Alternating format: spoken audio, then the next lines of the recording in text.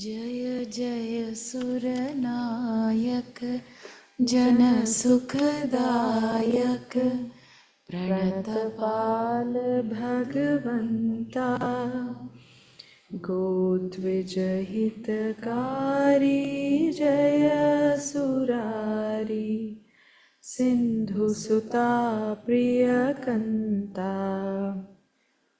पालन सुरधरणी अद्भुत करणी मरम न जानई कोई जो सहज कृपाला दीन दयाला करऊ अनुग्रह सोई करऊ अनुग्रह सोई। जय जय अभिनाशी सब घटवासी व्यापक Paramananda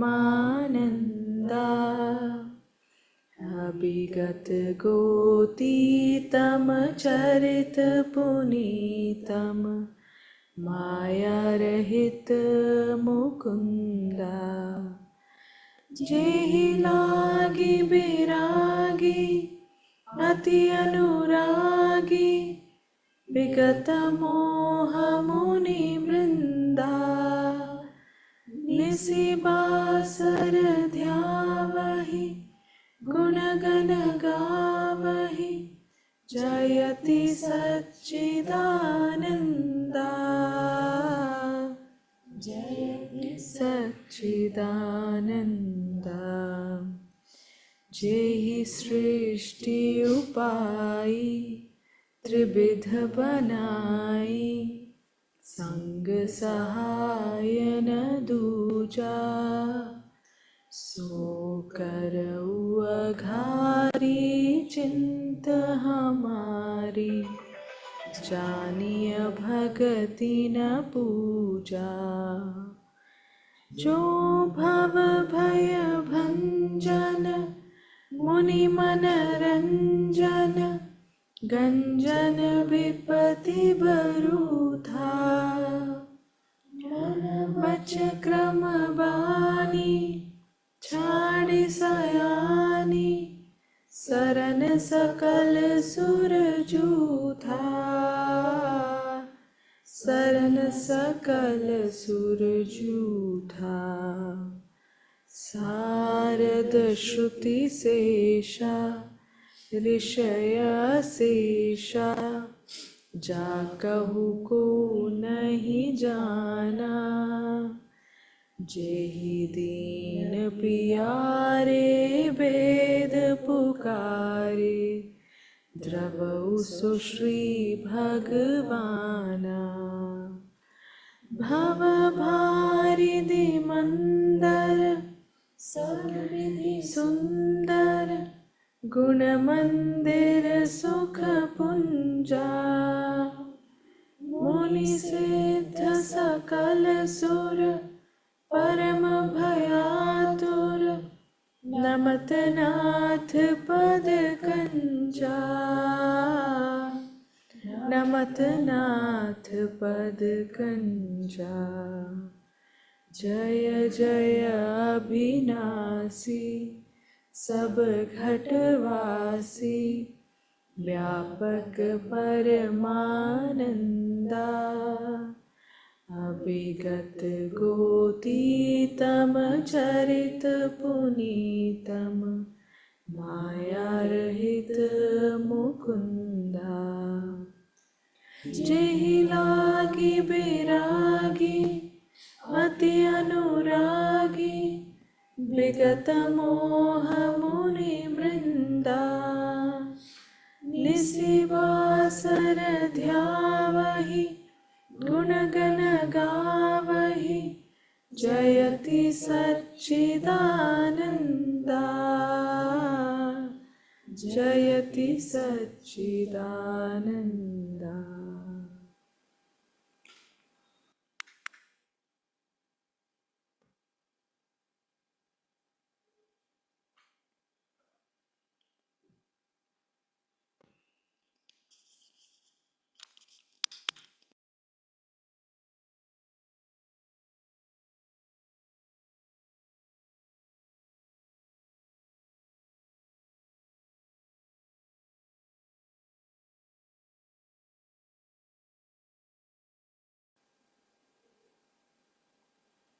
Is this world all there is?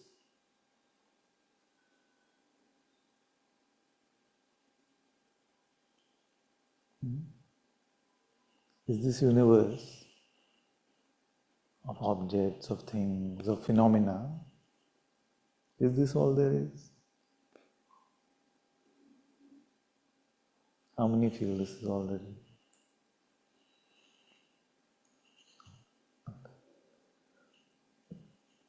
Because you don't feel that because you are spiritual. Yeah? So in that itself, there is a clue. So there is no spirituality without spirit. And where is this spirit? What is this spirit?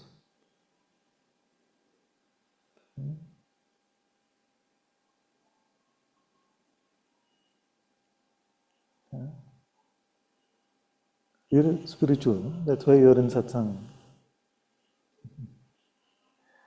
So what is the spirit? Yeah? It's holiness. Holiness. So that which is holy, where does it derive its holiness from? From some objects in the world? Something within us is attracted to that holiness because it is out of nature, out of phenomena.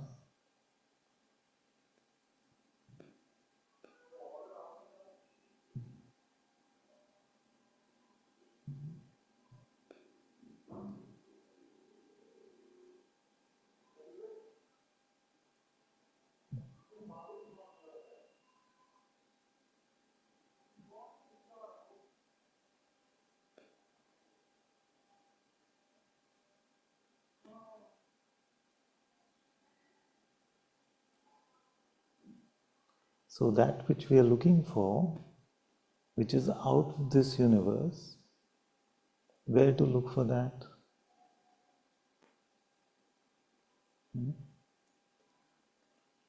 Huh?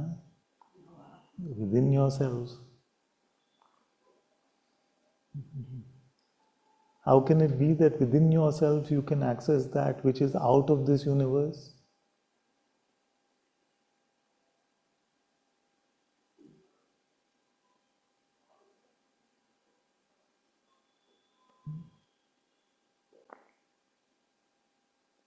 So spirit must be that which is the presence of God, and God must be that which is beyond this universe, and yet accessible to all of us through this inner journey called spirituality.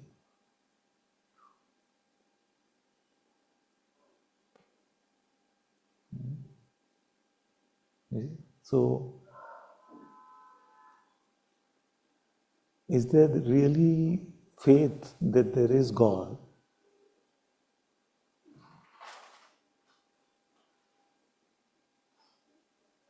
Huh?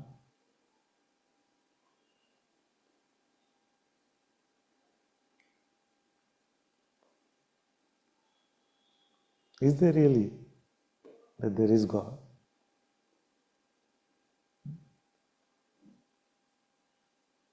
Because otherwise spirit would be what? Atma would be who?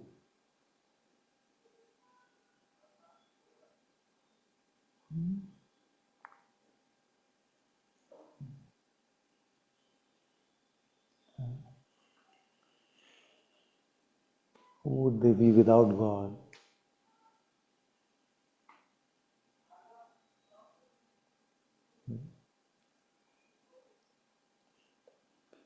So, I know that Ashika does, sorry, am I mistaking the name? Can you remind me again? She does yoga practices. So, can any yoga practitioner say that after how many rounds of the sadhana, be it Surya Namaskar, be it some other practice or routine or procedure, that that which is out of the ordinary, that which is spiritual, will start happening to you. Right. Can anyone say that, okay, you have to do 10,000 Surya Namaskars and then guaranteed something out of the ordinary will happen to you? You see? So yoga is done in two different ways. One is a bodily yoga, another is a spiritual sadhana, a spiritual practice. You see? So at which point does it go from a bodily practice to a spiritual practice? And what is the distinction between the two? So if you were to study Sri Patanjali, you would know that he is saying that yoga, true yoga, is when chitta vritti nirodha, which means that these movements within consciousness, they come to a standstill, a stop. And then what happens? So is it just meeting a sheer emptiness? So that same emptiness, which we may call open and empty, Papaji may call keep quiet, Guruji may say don't identify, Saint Teresa of Avila may say prayer of quiet, you see. The Greek Orthodox may say hesychasm. Everybody is talking about that same emptiness. You see? But is it that emptiness for the sake of itself? So you're empty. Admittedly, sure, have some. Admittedly, there is, in that emptiness itself, we cannot suffer. So there is a peace. You're just empty. But can that be the fruit of yoga, the final fruit? Can the point of open and empty that you hear in Satsang, can the point of all the Zen practices which tell you to let everything come and go, can the point of all of that be that we come to this end of suffering in that very moment? We cannot suffer without our stories, without our narratives, although it looks like a good enough outcome to have. But isn't there something more to it when we leave ourselves alone? Just after that line, he said that when the witness is stabilized in its true nature. Yes. Yes. So that witness which is stabilized in its true nature, who is that witness?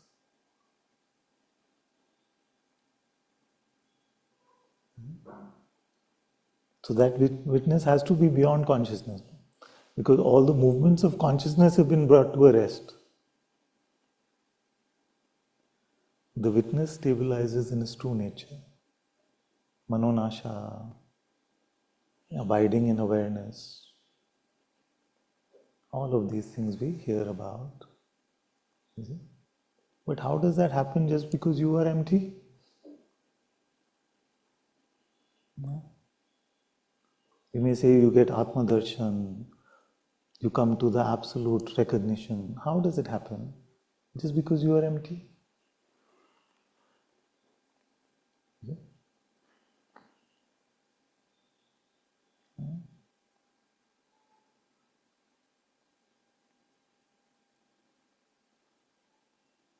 What changes? What happens? Huh? Grace. So grace comes from God. You see? So spirit is the presence of God. Atma is the presence of God. And when we are no longer transacting, you see, grasping, getting, all of these things, then spirit, Atma, comes to the forefront and starts to guide us, to lead us, to show us.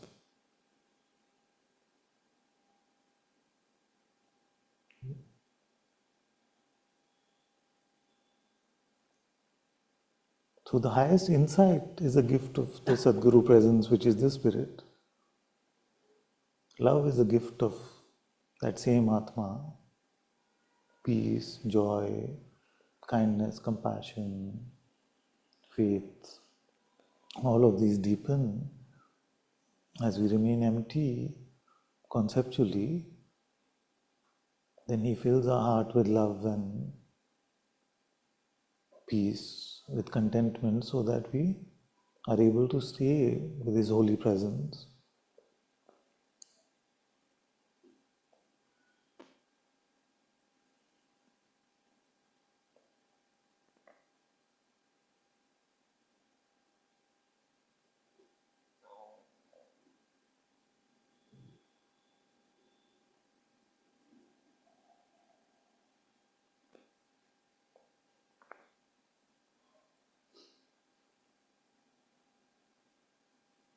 So those who have an awakening experience will say, there was no me left. In that moment at least, there was no me. In a Zen Satori, you may say, I didn't know anything about past, future, present, all concepts dissolved. A Bhakta may say that only Krishna was there, only Ram was there. I couldn't find anything. I'm lost, I'm fully lost in His love. So, to be rid of ourselves in this way is what spirituality is about. To be empty of pride, to be empty of ego is what spirituality is about.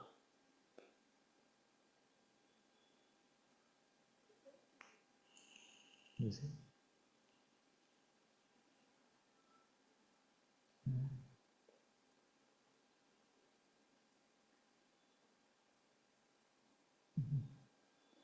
So,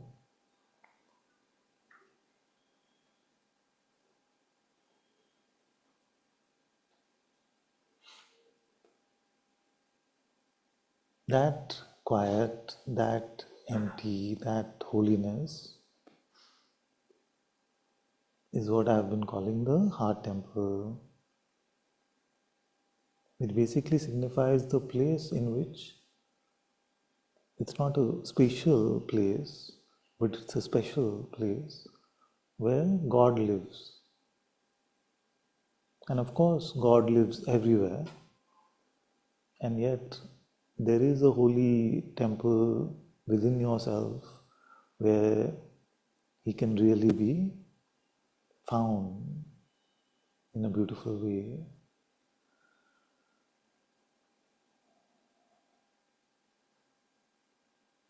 Kabir Das ji said,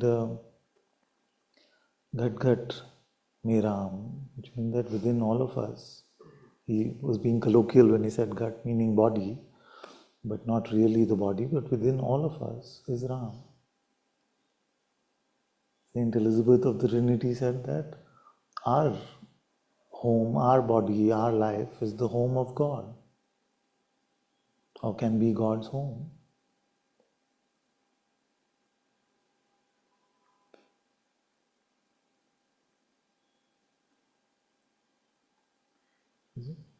So are we going to take those statements metaphorically, or are we going to take them literally? Could it be that God is really within yourself?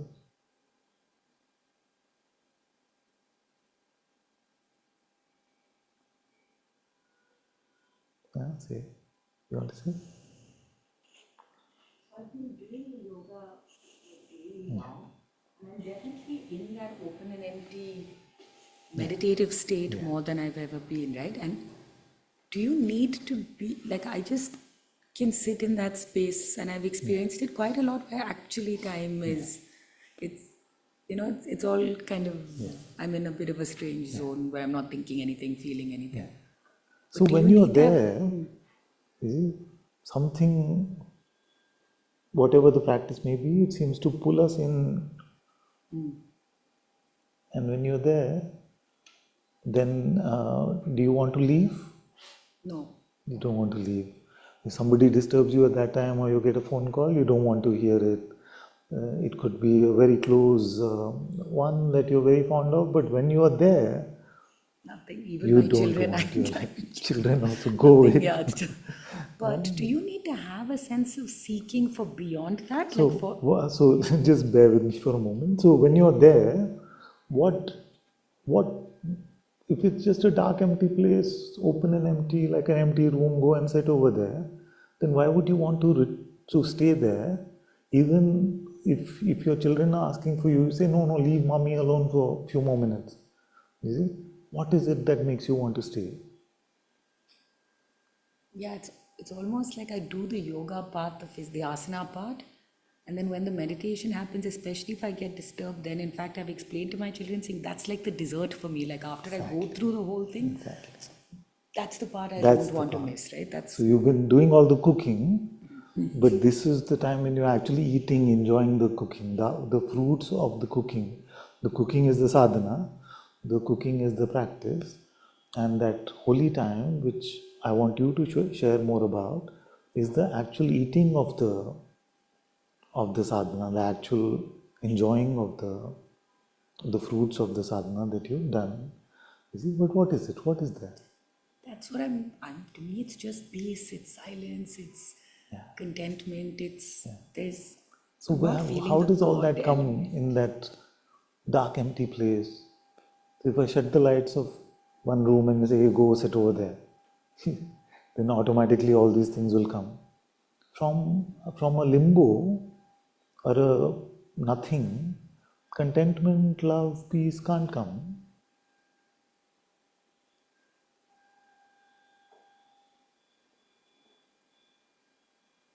But between just no thought and that space, that does bring a sense of peace. Exactly. To the point of interacting with something or feeling something, Yeah. because that I haven't been able to. But so, so stay with me again for a moment here, because what is your sense of what could be there that is giving this contentment, that is giving this peace?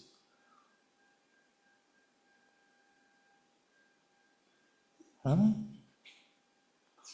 So sometimes what will happen is that you get in that empty, you even get an intuitive sense about things.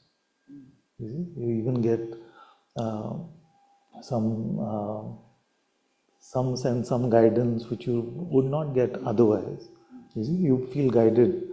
So if it was a sheer emptiness, you see, then how could that intuitive guidance come? See? So somewhere there I'm detecting like a feeling to just glide over the elephant in the room, see, and not admit what is very, very like very obvious that what must be there. Or is it an expectation of a certain feeling? Because Yeah. the guidance is there, the Yeah. intuition is there, the peace is there, the contentment is there. Is it that I'm expecting? If it's an interaction with God, then it should, I would Yeah. imagine it would be Yeah. something Yeah. more. So how come that guidance, contentment, love, peace, all of this good stuff is not enough for us to conclude that that must come from God? And maybe if you get like communication also, for example, you feel like you're communicating with God, maybe the mind will question that also tomorrow and say, how do I really know it was God? Can Jesus then reveal himself to me as Jesus, and then I will say, or can Ram, Krishna, then can Allah reveal himself in some way so I can really say that it was him? Then if he reveals himself or she reveals himself, the Divine Mother reveals herself, then you may say, oh, but was that my mind fooling me? So at what point, what is the end of the ability to doubt whether it was really God? You see?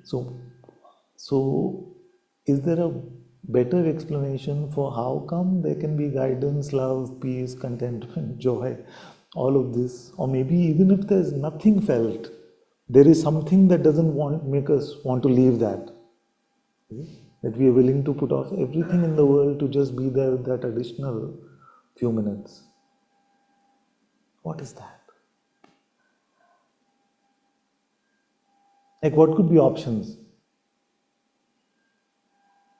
If it is a biochemical reaction, that is one option. You moved your body certain way, it activates part of your brain, something, but then how will guidance come? Then there's like an energy frequency kind of. Yes, so then, okay, with the energy frequency, maybe there is peace, maybe all of that, but then how come we get to know things about someone we love maybe continents away? You see? And if there is a frequency like that, what is that frequency called?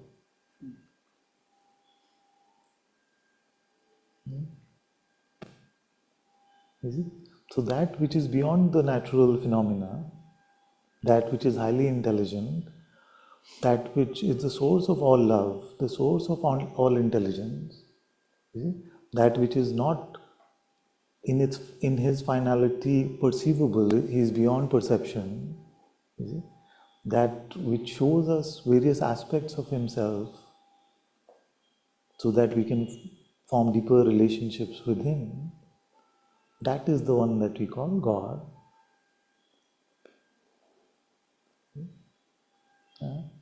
Because no perception has a finality either, isn't it? Because you could say, oh, I'm just hallucinating.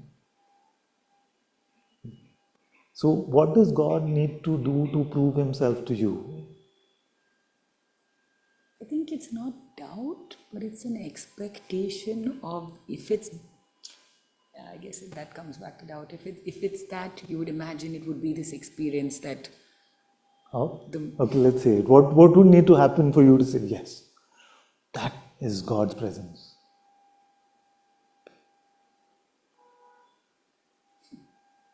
Maybe like a gush. This is like a very peaceful thing, but maybe like a gush of love, or like an overwhelming sense, rather than just a very peaceful content, like a this versus a that. And if God is also waiting that way, saying that one day if this child has faith in me, then I will give her the gush of love and peace and contentment. How much faith is really needed on this path?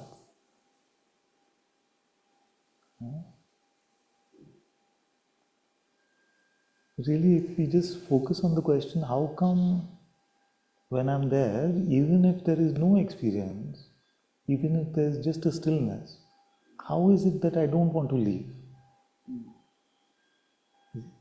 And how come next time when I'm about to start my sadhana, my practice, something resists that and says, no, don't get into it. Okay? Something pulls us away also by saying, no, but you have some important things to do. Today you have this, today you have that. You see? So we call that Maya, the force that tries to pull us away, and that which pulls us in is the love of the Atma itself. Because it has to be a great love for which even to your children you can say, no, not now, Mama is busy. Isn't it? In fact, today at the end of my meditation or somewhere, and it comes in like time, it's not a full experience, it's like split second, or I don't know, no comprehension of time, but like today, for example, I was thinking about, some hard things and this and that, and then the thought that came to me was, this is happening to Ashika, not me. I am just watching. And when I was journaling, I made sure I captured that, because that was the strangest thought.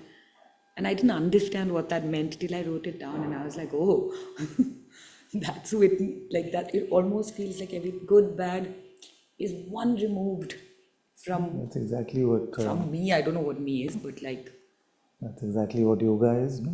Like he said, that once the mind is still, then you see that you are the witness of all of this, and you yourself are not the person that you're identified with or we take ourselves to be.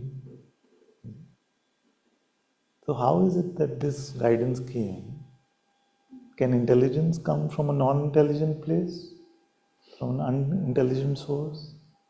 If such high guidance can come, which can point your true nature to you, the ultimate nature of your reality, which all the sages across religions and cultures and traditions agree about, if that higher guidance comes to you, can it be from an unintelligent source?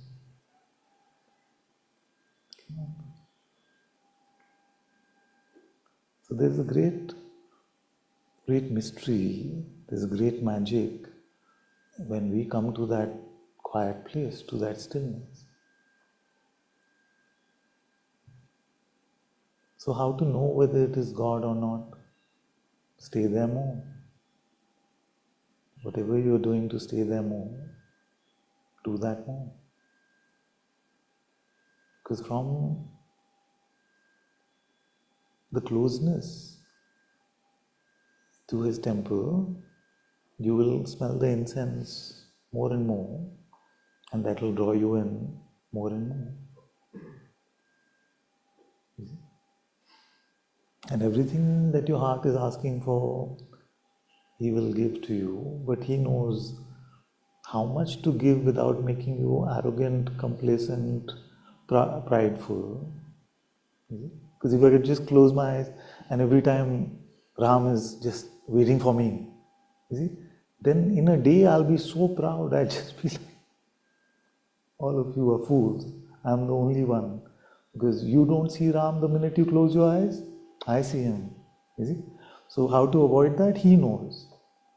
What is the right amount of experience to give us so that we remain humble, we remain in the mode of saying that all that is good happens because of him.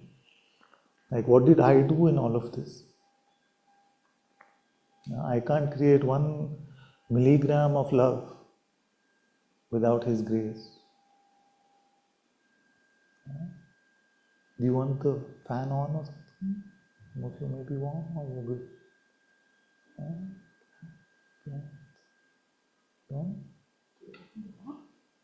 So we open it a bit, maybe let's see how much noise comes in if we open, or we can put the fan.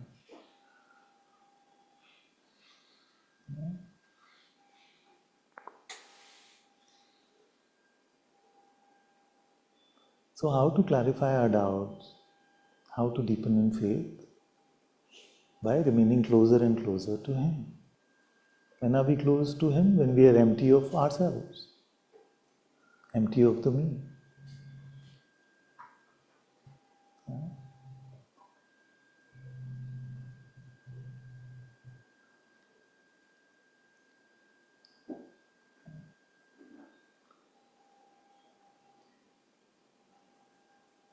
For all of us, before we start, this much evidence actually would have been enough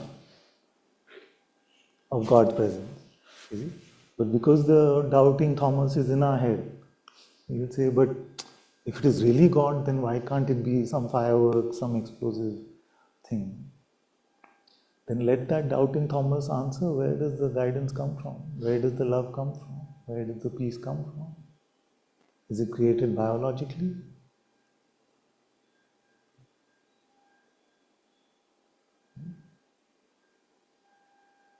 So, to get drawn more and more into that, more and more in the quiet within, in the empty, is to be spiritual, because then we are not following our will, we are willing to be guided by God's will. And to more and more follow the ways of the world, to get attracted to just worldly objects, to suffer without them, that is to be worldly, that is to live in attachment, that is to live in Maya.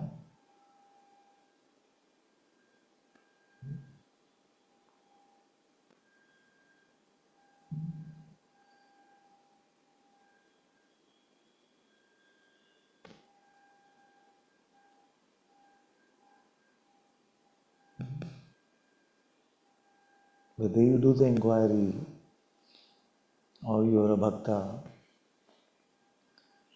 many feel that the inquiry is a not spiritual process, it's a purely mechanical process. I sit down, I ask myself, who am I? Who am I? Who am I? And automatically, after I've asked enough number of times, I will be given the highest insight into the Absolute. Then the sages would have told us, you have to ask 100,000 times, 1,000,000 times, and then it is guaranteed to you. You paid your dues, so you will get the outcome. But nobody has told us that or can tell us that, because the outcomes always depend on that Supreme Intelligence whose movement is called grace. So one may ask sincerely only once and recognize that they are not this body-mind, they are that pure awareness itself. And one may ask for their whole life and they may not seem to get any outcome from that.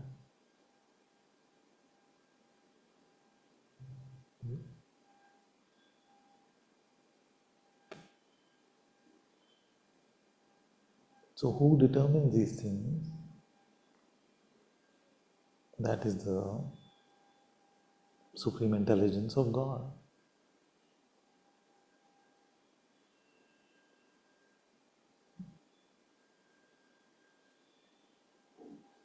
So all of you need to have the tools by which you can sit in your heart temple, which means open and empty, abiding inwardly for at least 2 hours every day. I think you at least have to have the tools which allow you to do that. Do you all feel like you have the tools to do that?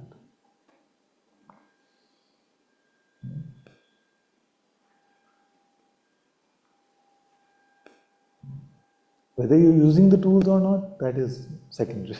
We'll come to that in a moment. What could the tools be? It could be your ADS prayer, it could be some other japa that you're doing, it could be yoga, pranayam practice, it could be stotrams that you're reciting, it could be reading of the scriptures, it could be, of course, self-inquiry is a very, very potent tool.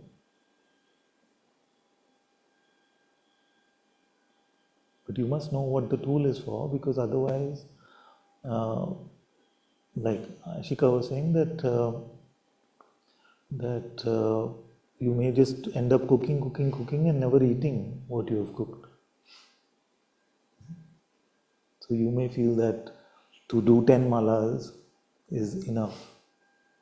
But if you're not, as the outcome of that, being able to sit by yourself, at least for a few moments, then you've not really eaten what you've cooked. So initially it could happen that it takes a long time to cook and the eating happens very quickly. You did all that difficult sadhana, yoga sadhana especially, all that movement, and then the stillness or the quietness may last a few minutes. Or you did so much japa, you did so much ADS, but you're wondering, where is the samadhi that I was promised? Is Atma Darshan Samadhi? I've been doing the prayer, but where is the samadhi? I was promised a samadhi state. It is that stillness leading to a union, or a sense of union, or a seeing of oneness. So initially it may happen like that.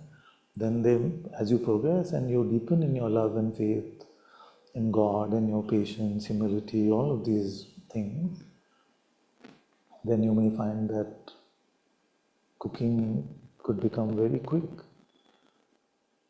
and your abiding could be long.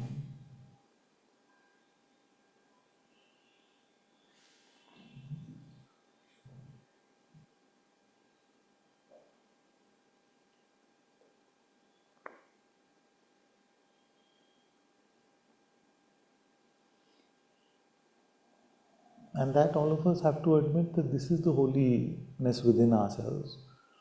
Whether we call that the kingdom of heaven Or we call it the presence of the Atma within. We say it is God's guidance, whether we call it the Sadguru.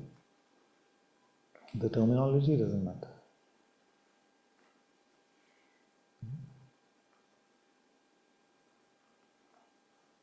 So can we be with God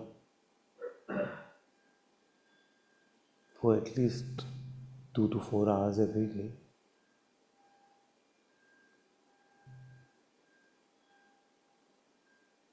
I feel that is required to break the spell of Maya.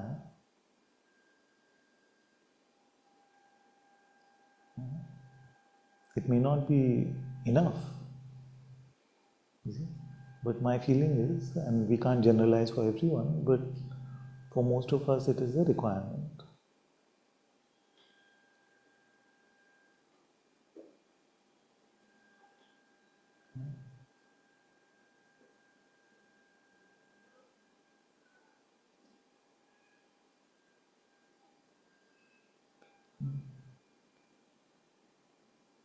And some may find it easier to do it at one stretch or 2 stretches. Morning and evening could be 2 hours, that's one option. Or 1 hour, that could be one option. The other option is to find chunks within the day. You're stuck in Bangalore traffic, 45 minutes, say thank you. Good.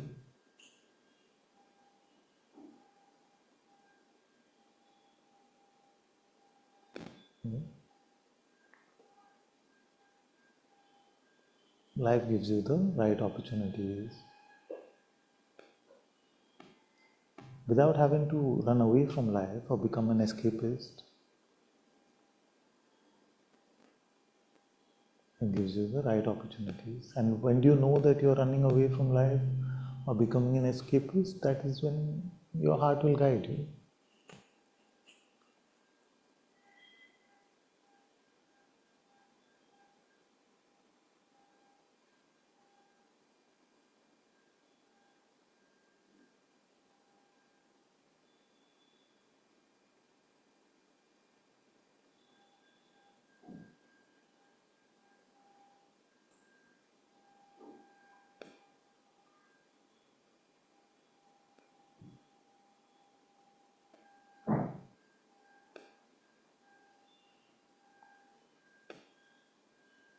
So does everyone have the tools to be with God? Yes or no? I know I'm asking this every day, but I just want to give everyone an opportunity to be able to share whether this is true for them, because this is very important. The project is important. The tools to use in this project are important. The application of the tools is important. Otherwise, we'll get stuck in a very airy-fairy lip service armchair spirituality, which knows a lot of spiritual concepts. You can debate with your friends, you can talk to everybody about God, but you're actually finding yourself not really living with Him. Therefore, you're just talking about heaven, but you're never really living there.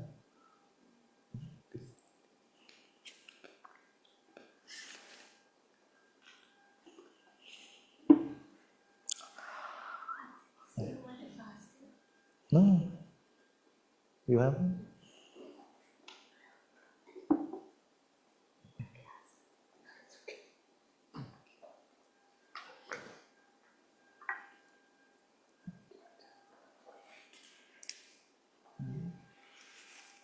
This is because of 15 minutes of exercise yesterday.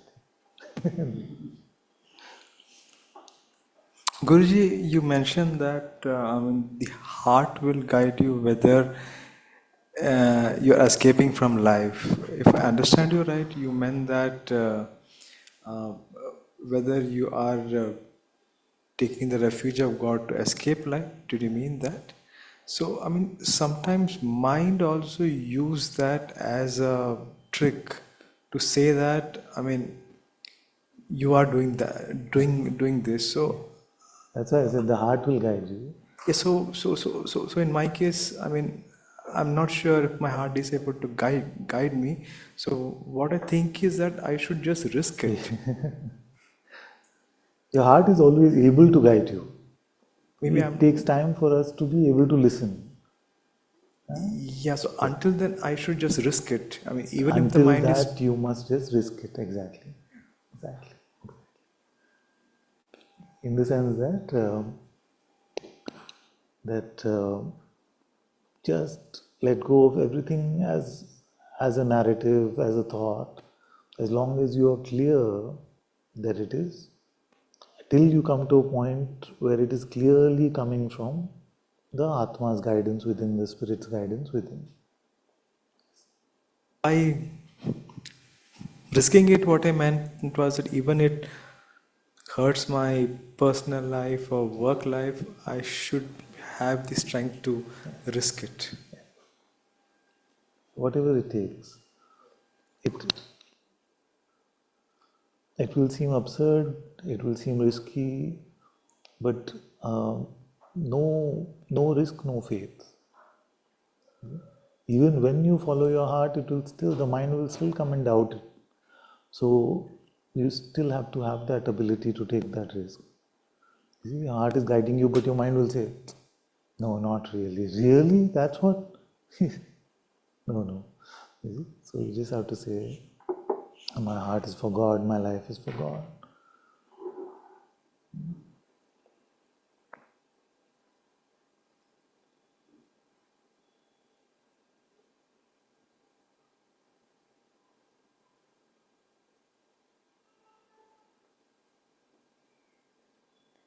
And know that when you follow your heart, kindness, compassion, love for everyone in your life, not just your Sangha, but also your work colleagues. One child was saying that if it is so good that a meeting got cancelled, I feel so happy I can spend those 2 hours with God, then why do I have to make money? Can't I just quit? So, because there are those 80, 90 children also earning their livelihood because of the work that we do, that somewhere stops me from doing that kind of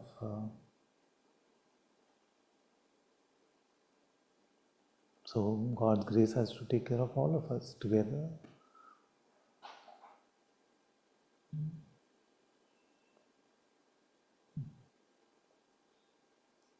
But if it is clear in my heart one day, is really guiding, that's it. That will be it. But I've seen that God is not usually operating in that way. He just tells you next step, next step, next step. He doesn't say, sometimes yes, maybe, but usually I've seen that his ways are very humble, very gentle, very sweet. Yeah, our mind is scared that if I just listen to God's will, what will he say? Am I the next Abraham or something like that? It can scare us that way. But maybe you're the next Saint Therese, whose whole life was just tiny, tiny, tiny steps, little ways to love God.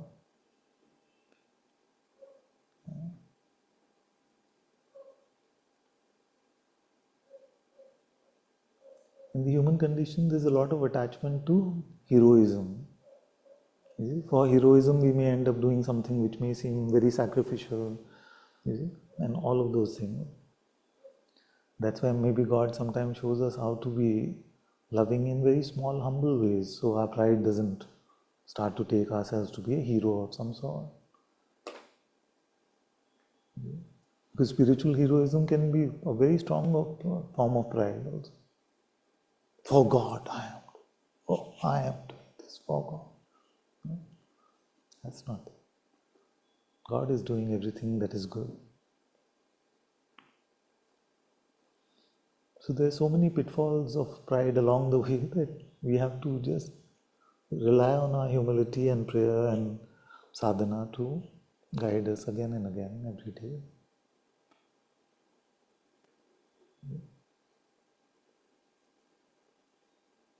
First, have you seen how it is? First, you can be I'm talking about myself here. That I could get into pride about something. Then I could say, see, I almost got into pride about that thing. And I could be getting into pride by seeing that, I almost got into pride about that thing. Then I could be getting into pride by thinking that I'm sharing that thing, and see, now I'm so proud that I can see and I can spot that pride can come even in this. We can get into this false humility, the pride of false humility. So what then? Just rely on your heart to speak, truly. Truly rely on your heart to speak. Your Atma can take over your mouth, and then your words are satsang, you're sharing, your presence is satsang, your life is satsang. And you know who is the first disciple of that satsang? You are. You will never become the guru. I will never become the guru. The guru is always that one. Is it? So, we must never get into the trap of taking ourselves to be anything at all.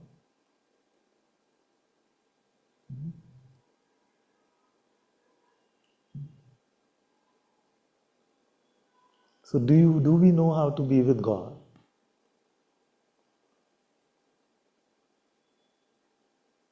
Even doubt is how to be empty.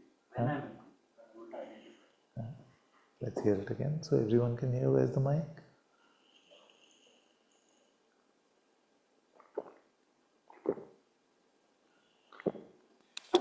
I don't think I'm able to even tell that I'm empty or not, because it's not the coming of thoughts but the lack of belief, and that's not perceivable.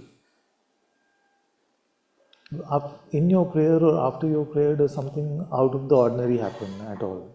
Rarely, like that. Love. What peace. is that happened? Love, peace. That sometimes. What about just like a natural pull to be within?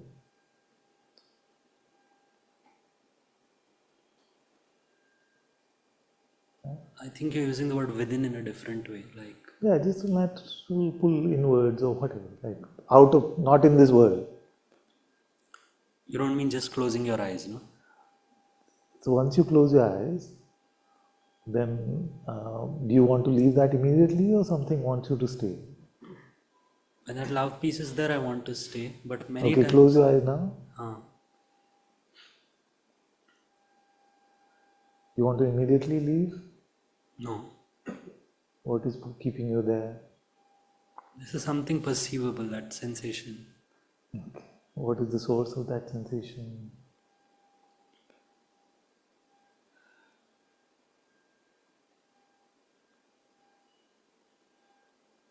I don't know. Yes, that is the great mystery. Like, why should anyone want to go within? What is there? In the eyes of the world, nothing is there. It's a waste of time. Our friends and family will also tell us, what are you doing? If you tell your friends, I can't come to your celebration because I want to close my eyes and go within. What is wrong with you? What a waste, what a loser you've become. Isn't it? Even if they don't tell you, they will think that many times. You see, because in the eyes of the world, there's nothing there. But those who have a spiritual inclination, if you're going to be poetic, you could say that they hear Krishna's flute calling them. And he is calling you within your heart to meet him in that holy place.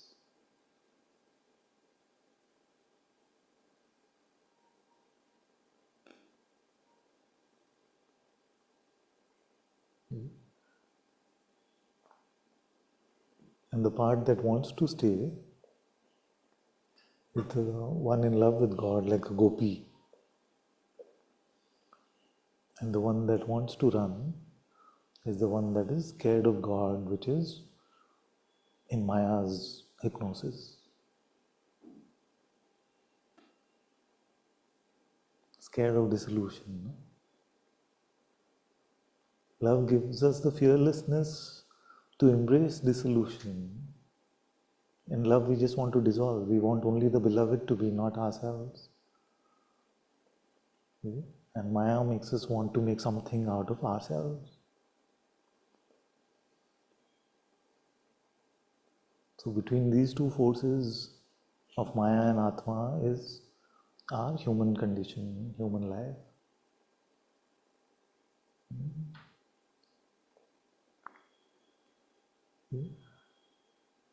So the small calls that you make, no?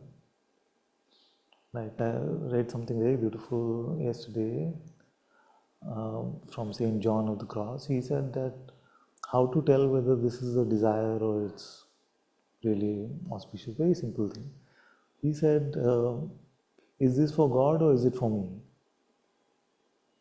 Is this going to help me love God more, pray deeper? Is it? Then those become very simple questions we can ask ourselves. And it must be asked even in the sharing of satsang. I have to ask myself constantly, am I sharing satsang with all of you for me so that I look good, I get an audience, I get approval, I get love from everyone? Or is it really about God? Is it really to point all of you in some whatever little way that I can towards His love, His light, His glory? Because it's very easy to get into pride sitting on a pedestal.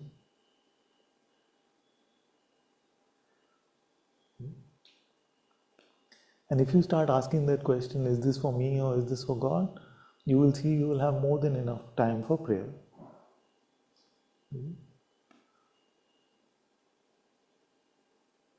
For inquiry, for sadhana, whatever your sadhana is.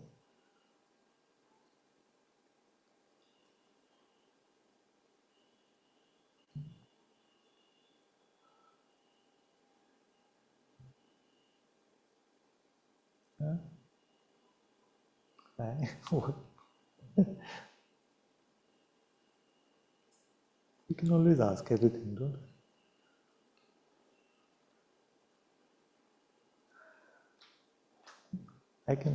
We can participate in that resolution together instead of, if you like.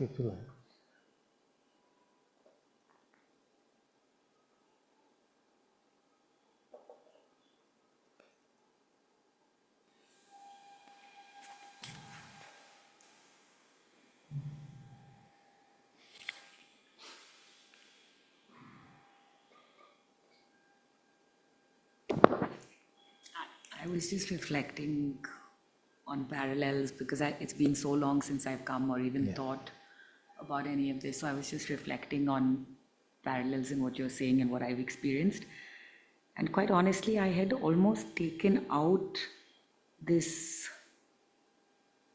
desperate seeking for or understanding of God when I feel like I probably had the most wonderful experience. Like it's just experiences, and to the point that I didn't even realize what was happening. So I probably maybe I wouldn't say disregarded it. I kind of enjoyed it. I felt it, but I didn't even think of it as some kind of a communion or whatever. But in that sense of risk and heart that we were talking about a little earlier, I do feel like I'm living in a zone of surrender that I've never done before, because decisions have been very hard, and so I've no idea what the future will look like. And the beautiful part about that is you live in a certain sense of surrender. You detach from a lot of ideas and outcomes and identities.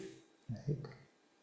So I've kind of arrived at this space more from detaching from the concept of seeking God and understanding it, or even like the spiritual lens, and just kind of, I think, felt my way through. Yeah. And while I think I feel like so much has been, what I thought mattered has been taken away. Yeah. I don't think I've ever felt safer and more at peace with where it's at or what will happen also. But it's a little bit detached from seeking this relationship with God. It's just, it's kind of been happening, and there's a little bit of disassociation with myself, but not a full, like I'm liking being in this as well, but I'm able to see that I'm not just Ashika. Yeah. You know, So what brought you to satsang then? today, I don't know. I was at work and I just told my co-founder, I feel like I haven't been for so long. I want to stay in this. See, I use these words I don't want to approve of, but I want to stay in this frequency or this energy zone. And I was like, I was trying to think, how can I do that? And I was like, oh, if I come here, I haven't been in months. I was like, I just want to come here and kind of stay in that. Right. It's good in a way. I don't disapprove of them by themselves. It's only that if someone was to say that my child is not actually a child, it's just magnetism or gravity, then you feel like, how can I be in love with gravity? You see? So those who fall in love with God, then they will always wonder that why is he called a force or energy, or even for that matter consciousness or awareness, which seems to make it not lovable in that way. You see? So I much prefer Ram, Krishna, Jesus, Allah, God, all of these terms, because you feel like it's a more accurate representation of my love. Because it'd be really strange to say I've fallen in love with gravitation, some force field, some energy like that. You see where it's coming from? Yeah. No, And it's also good contemplation for us as to why do we want to, that which is the very source of love, why do we want to treat him like a phenomena or a force? And when I look back at my life, I see that more than any loving father could have ever done, he has done for me at every step of the way. So if I can't imagine my biological father as like just an energy or a force field, he is all of that, but he's so much more. He is that most beautiful frequency, most beautiful energy, but somewhere in that we are sort of creating a distance. Like I can't fall in love with a frequency. Something like that. Yeah, no, I probably maybe unconsciously detached from these identities of God just because of the multiple narratives going around. And I feel like, it puts me into a place that's uncomfortable. It feels like it's separating more than bringing together, whereas this feels more universal or less, this person versus that person, or this faith versus that faith, which maybe has pulled me away from So what you could do is that, at least provisionally, as long as you're able to, you can broadly refer to him in these ways, universal consciousness, whatever, without getting into any debate with the world, because I see where you're coming from.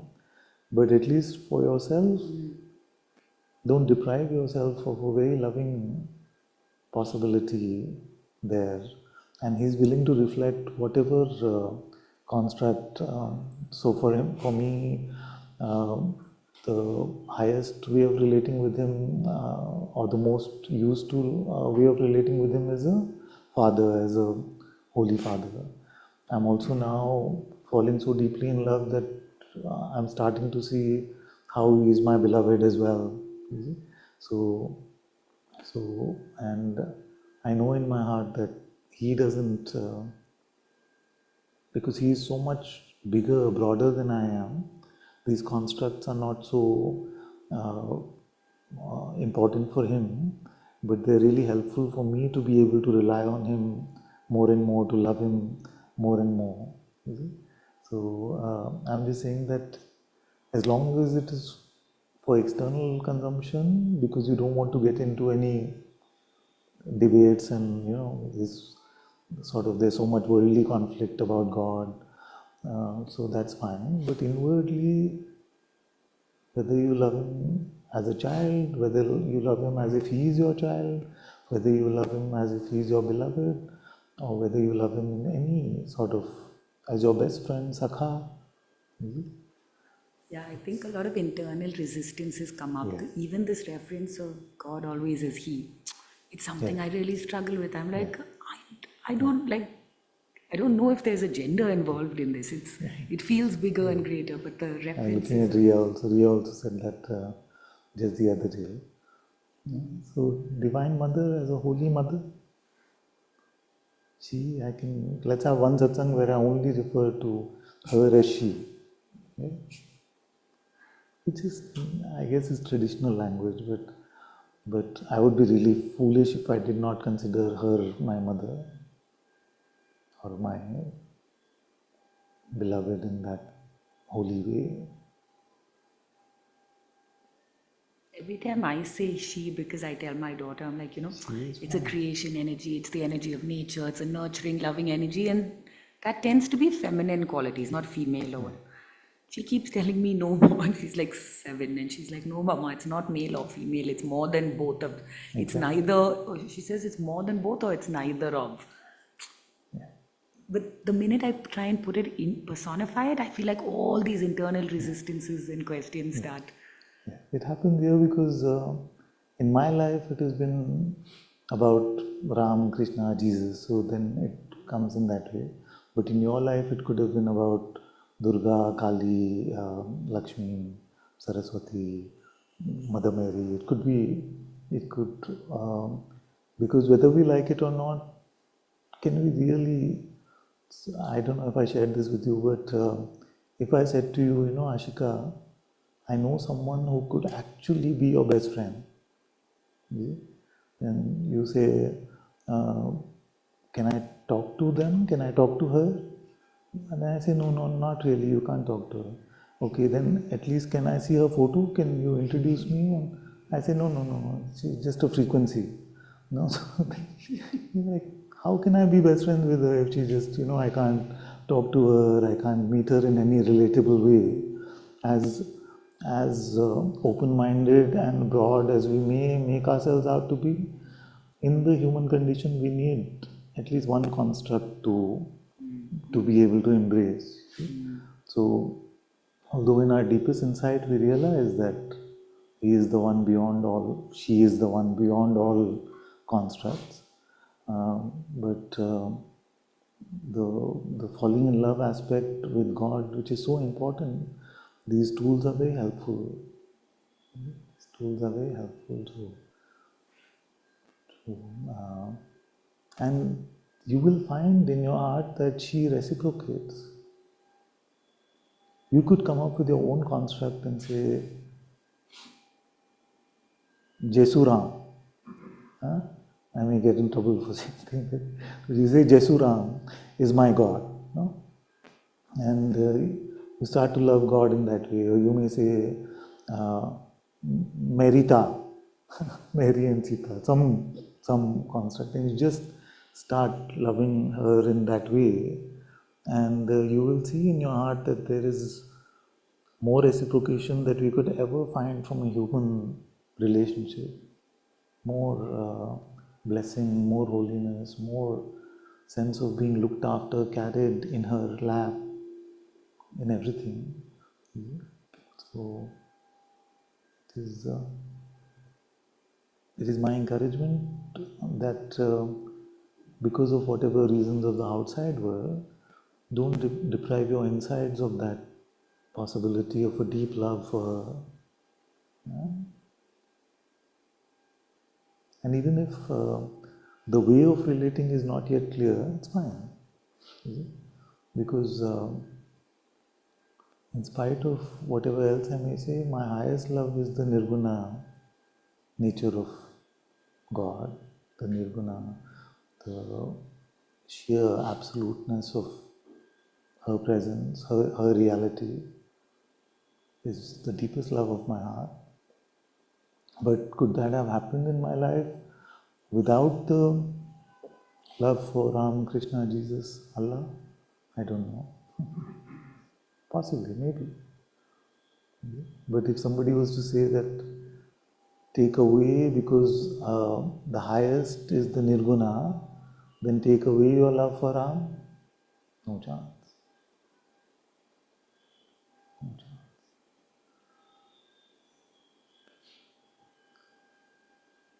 I am not giving him up for anything at all. So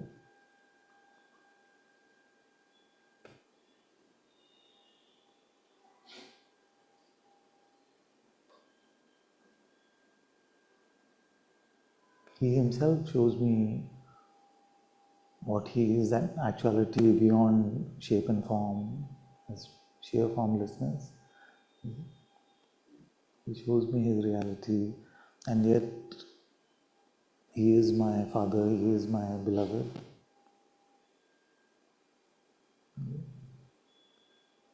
All this can sound a bit strange, a bit absurd in today's world, but to be seen as absurd or strange is no price to pay at all for this love that I receive. Mine feels equally absurd, but it feels like I'm falling in love with like the wind or like a creature, or I just don't want to eat anything that like I'm seeing it in hurts, like living form, like It's very good. animals, plants, Very good. wind, like weird, Very, strange very good. It's very, very good. life force thing. So Dattatreya and Saint Francis of Assisi, if you read their stories, they saw that they started to see everything appearing in their lives as reflections of God or God himself, herself. You see? So it's a beautiful pathway as well. But I'm just sensing like a almost active resistance to that, which may not be, to find God in any, what you may call a traditional construct. You see, because I know the amount of trouble that the constructs have caused. I don't feel that I don't know. But in our inner lives, there are great gifts also to be had. So as long as you're not actively resisting, it's all right. Try to become inwardly open towards whichever way she wants to guide you, and she will show you the best way.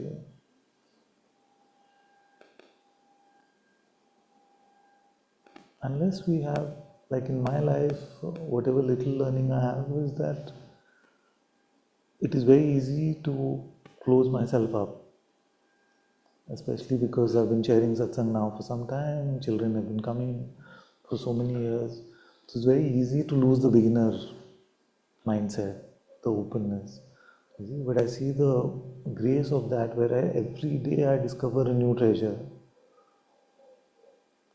a new sage, a new way, such beautiful ways of loving God, that if I was closed, then I would never be able to meet these. I would always have this sort of I know best sort of approach, which is very easy to do, especially in Advaita Vedanta. You see, because you can neti everything. It's like, no, not this, not this, not this, not this. So sometimes the neti can become applied to everything except our own pride.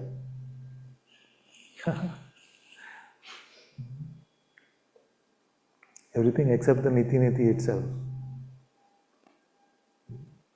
The open and empty of everything except open and empty. Because that now is the highest. No, we have to be empty of that as well. So it's really clear whether you call it the beginner mind of Zen or only the children will enter the kingdom of heaven of Christianity, that till we are innocent, we cannot truly live in God's presence.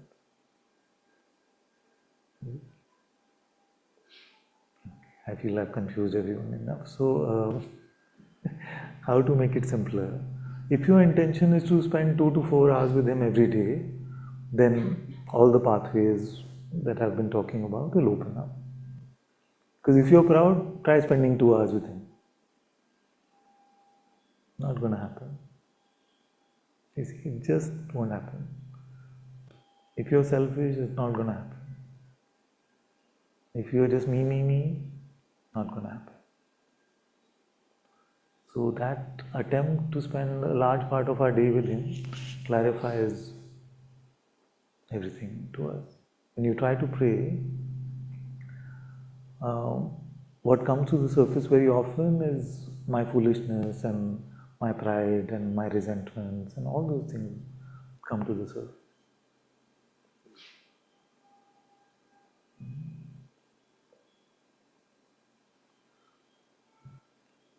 And there are multiple layers to these stories.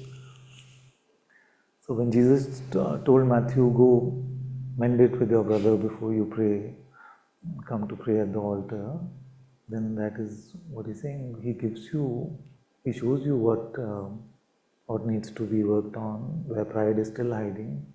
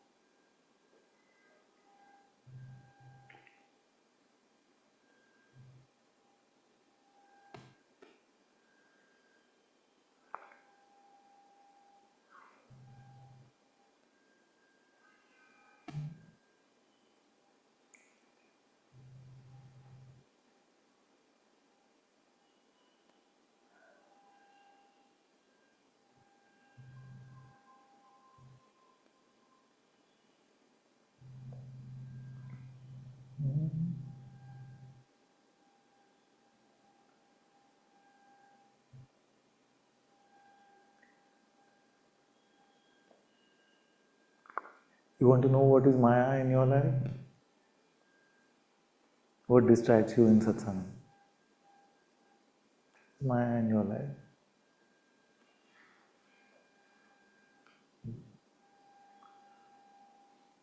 Some satsang, you're able to come and just be in God's presence. And in some satsang, the mind is determined to pull you into some story, some idea, some narrative, something.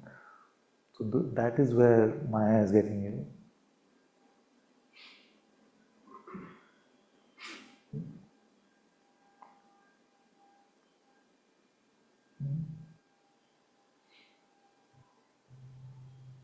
Of course, we wish we could have both.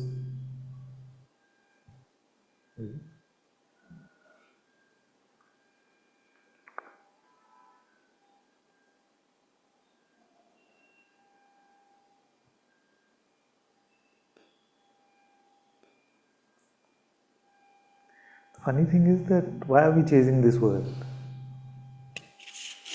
Why are we chasing relationships? Why are we chasing money? Why are we chasing everything that we are chasing? At the basis of it is this idea that we will be loved. We will be loved. But the source of love itself we run away from. That is why it is the trickster, the Maya. The Maya hai Mahathagini, which is the greatest con artist.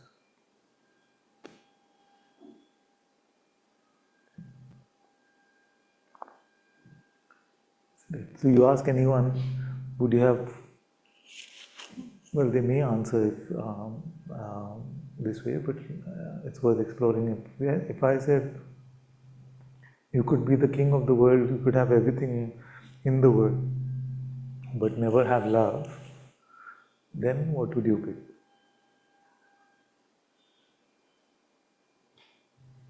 Other mic, we can turn it on.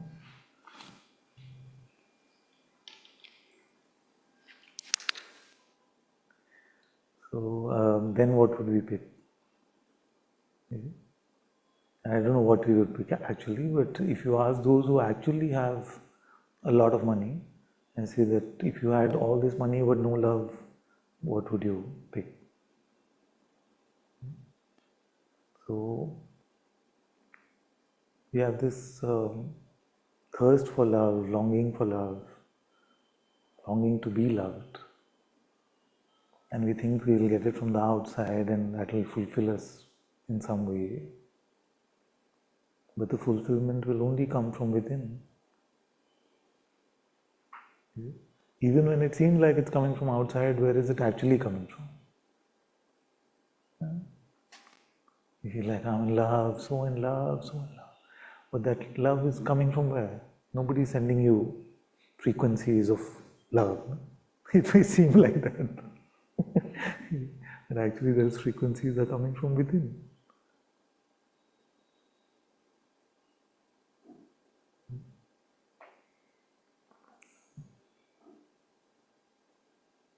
So till we accept the fact that the Atma, the Holy Spirit, is a reality, is the source of all love, intelligence, grace, peace, everything good, and also the source of all guidance, till then we may be conceptually spiritual, mentally spiritual, but our real relationship with Spirit has not started, so we haven't really become spiritual.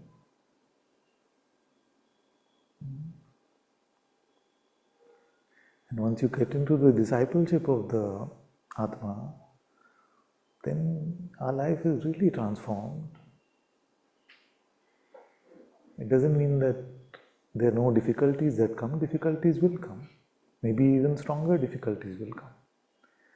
But the love and reassurance and just the sense of well-being that you get in her light is unbeatable.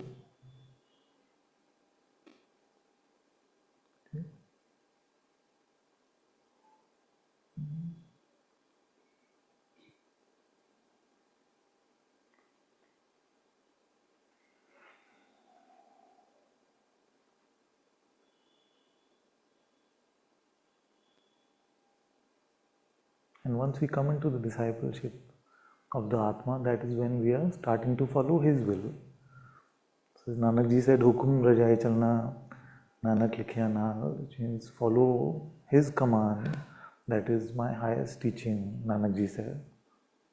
We cannot do unless we live in his presence.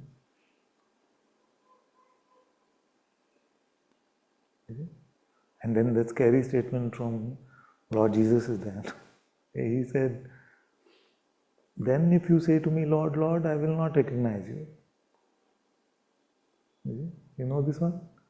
Then if you say to me, Lord, Lord, I will not recognize you because you did not follow the will of my Father.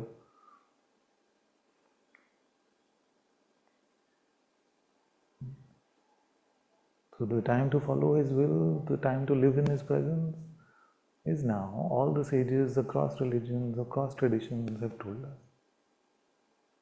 That is the only way to live.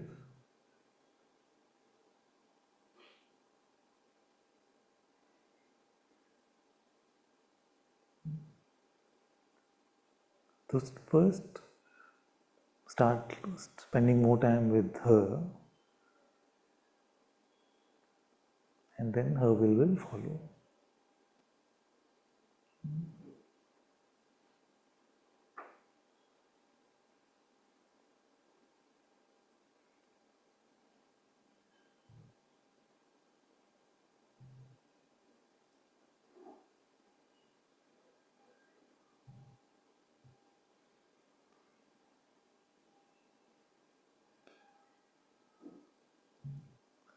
So if you feel you can't do 2 hours of just sitting in your heart temple, quietly immersed in His love, or in love for Him or her, then start with whatever, 1 minute, 2 minutes, 15 minutes. Struggle. The sadhana of struggle is higher than the sadhana of contentment, of ease. Because God can see your struggle. Ease comes from Him. So that is His gift that He is giving us. But when we struggle, the mind is very active, saying relationship, relationship, relationship. You're saying God, God, God, no relationship, no God. That struggle, God can see.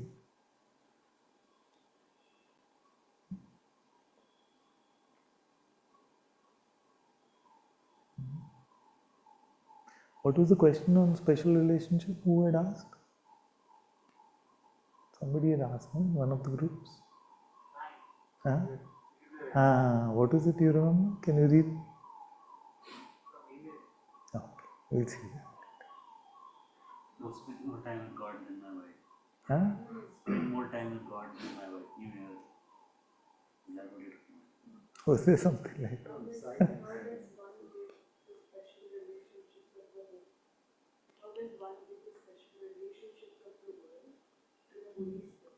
Yeah, so I was giving it. Okay, so this part is very important. We feel like there must be some difficult, special process to surrender things to God or to give things to God. But it's not, it's the most simplest. You see? So how would you give anything to your father, mother? How would you give? You would say, here, please take this. That's all. It's as simple as that. You see? And it comes back, you say, oh, it came back, here, please, take this. Your intention to give, in this case, you don't have to even do a physical giving, no? It's just your intention to hand over to God, He knows. So it's the simplest process.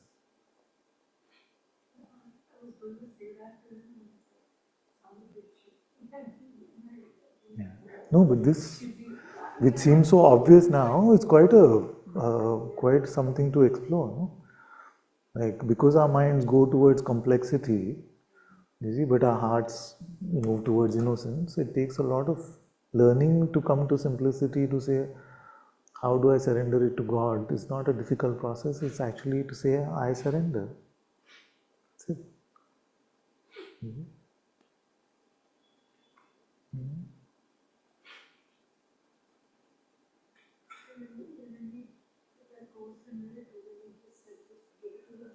Yeah. Yeah.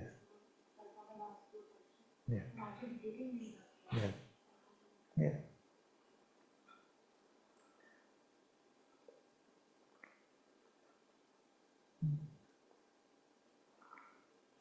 Hmm?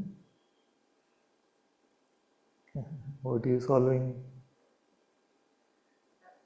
Yeah. There's the mic. Ah. We were talking about special relationships, no? So I was trying to check, and I was feeling like that special relationships are not feeling so special, like when I explore them, they're not so, they don't have Special, that, yeah.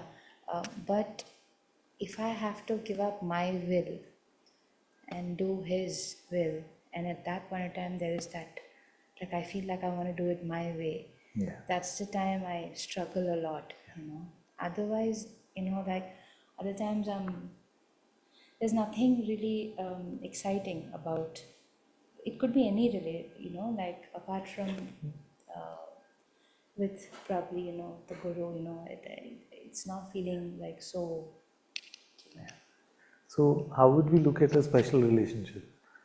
We would say that which the world presents as a replacement to love God, not necessarily in such a clear and obvious way, but we would rather dwell on them rather than dwell on God.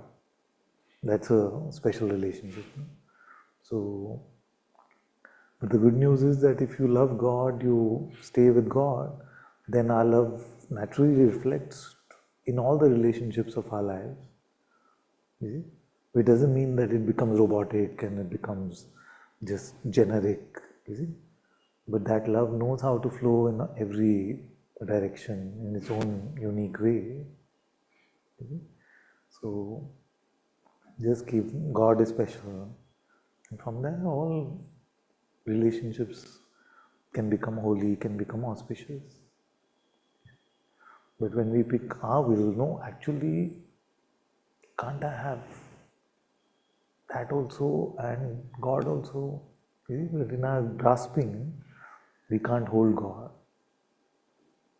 We can only hold God in our letting go. So the more you let go of Maya, the more you let go of the world, the more you hold on to God.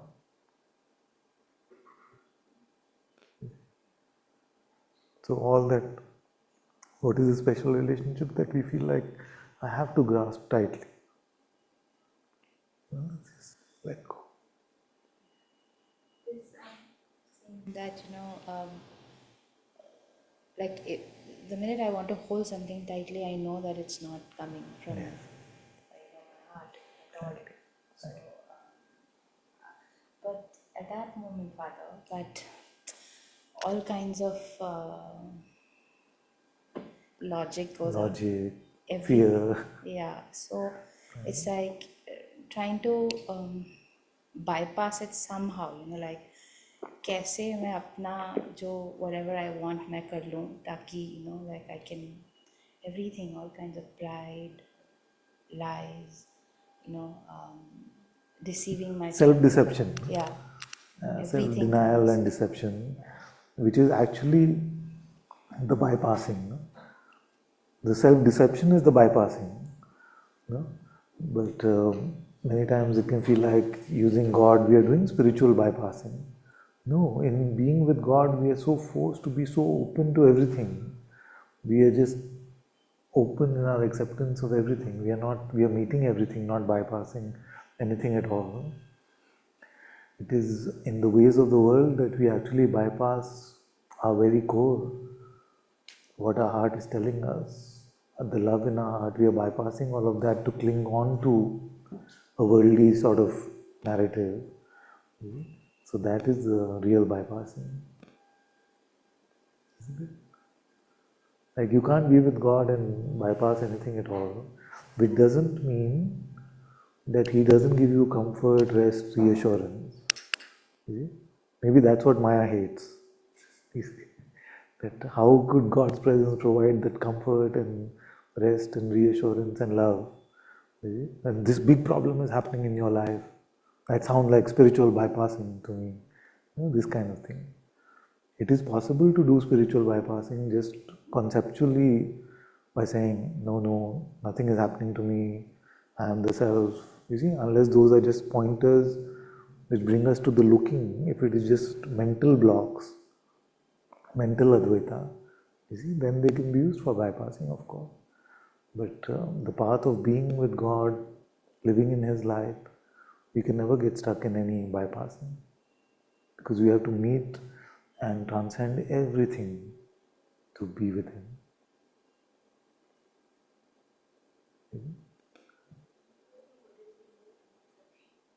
This self-deception, no, it's fine because, even Father said in one satsang like that. So just, we know in our heart that something is not right, not the guidance of the Atma, but we use some logic, some convoluted thing to just make it make sense to ourselves. Like we rarely move without things, without proving to ourselves that we are right, we rarely move. You see? Without proving to ourselves that we are right, we rarely move. You see? Isn't it? We find a way to prove that, no, not this, not that, and we will use our spirituality, we will use everything, but somewhere we know that it is just coming from the intellect rather than the heart. That is self-deception. Just trying to fool ourselves. Yeah.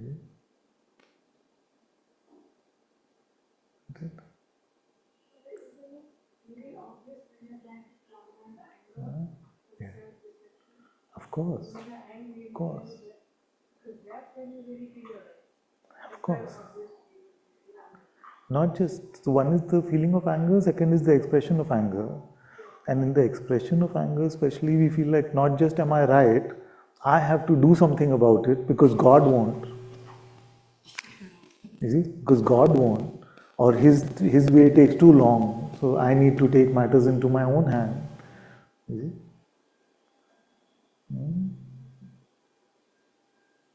So many times we don't have that patience, to go through it. Even if irritation comes, we don't inquire into it or we don't surrender it, it becomes an anger. It gives us plenty of opportunities actually. It becomes an anger. Then when anger comes, we don't pray in our heart temple, we don't hand it over, we don't wait till it settles. And then the third stage, we feel like it is right for me to express that anger, send that energy out into the world, and because I am right, I am justified in doing that, but that is a complete denial of God's justice. To say that I have to take care of it myself, because if I don't, then God is too merciful, He will not do anything about it. So then are we to question His mercy then? As if His mercy is not justice. So there are so many stages at which we can actually stop ourselves, and I'm learning that. I'm not an expert, but I'm learning to notice it at the stage of the arising of irritation. I feel like, at least in terms of the expression of anger, it's been hardly there since I heard from Anand Mahima not to get angry.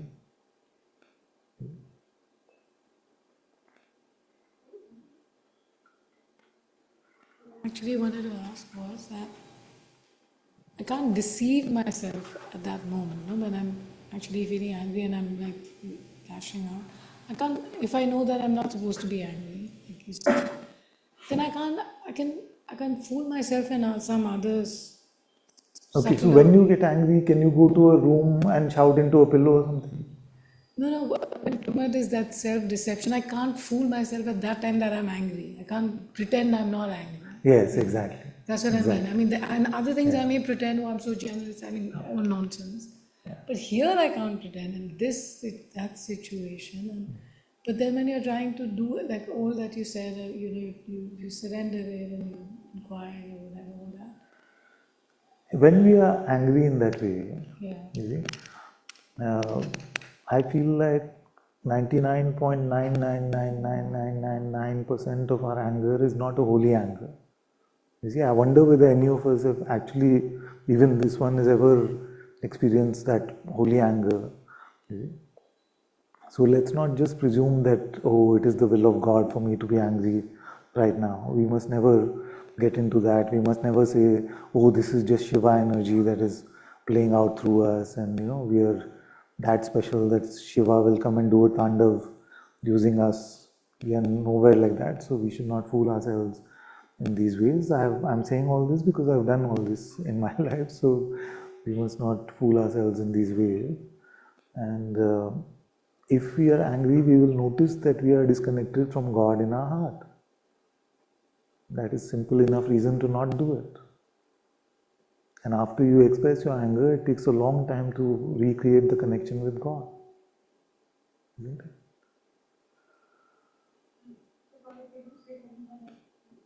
Like to give unstintingly, when you give. So one thing I want to say before that is that how right do we have to be and how wrong does another have to be for us to say now it is worth it that I will spend today away from God because of this reason? Nothing, There can't ever be justification for that. No, but isn't it?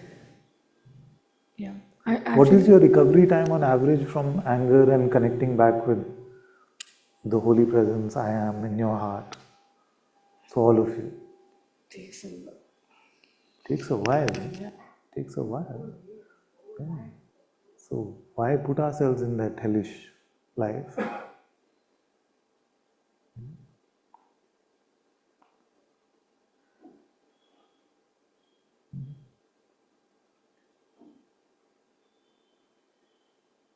Time?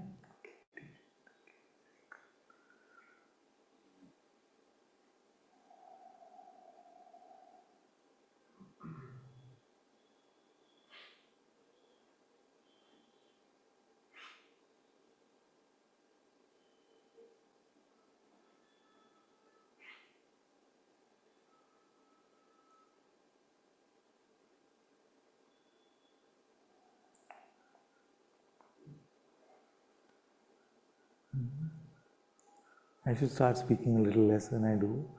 But what is the main message you're getting out of satsang these days? I just want you to be left with this message that the best use of your time is to be with God's presence in your heart temple, immersed in a quiet love for her light, for her love.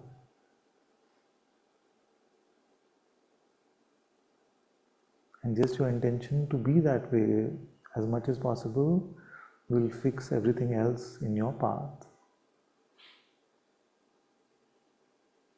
That is the main thing I'm trying to say through all of this. It's very natural to sit there, to be in your temple. That's what we were trying, which is also when you close your eyes, something naturally gravitates towards that.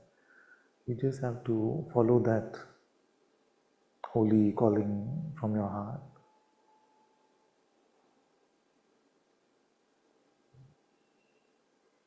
And all the tools are just so that you can go there, you can sit there. That's the spiritual path, basically. Yes? Huh?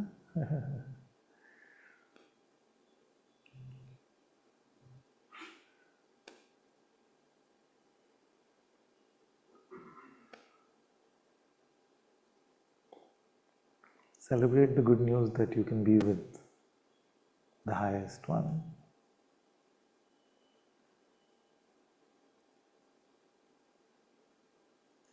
Be with the highest one.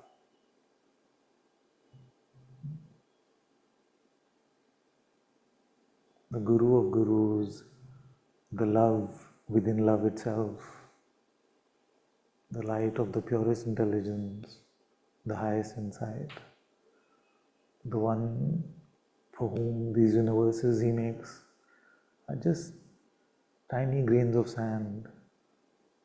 That is the one who lives in your heart. Celebrate that fact. No matter what is happening, rejoice in that.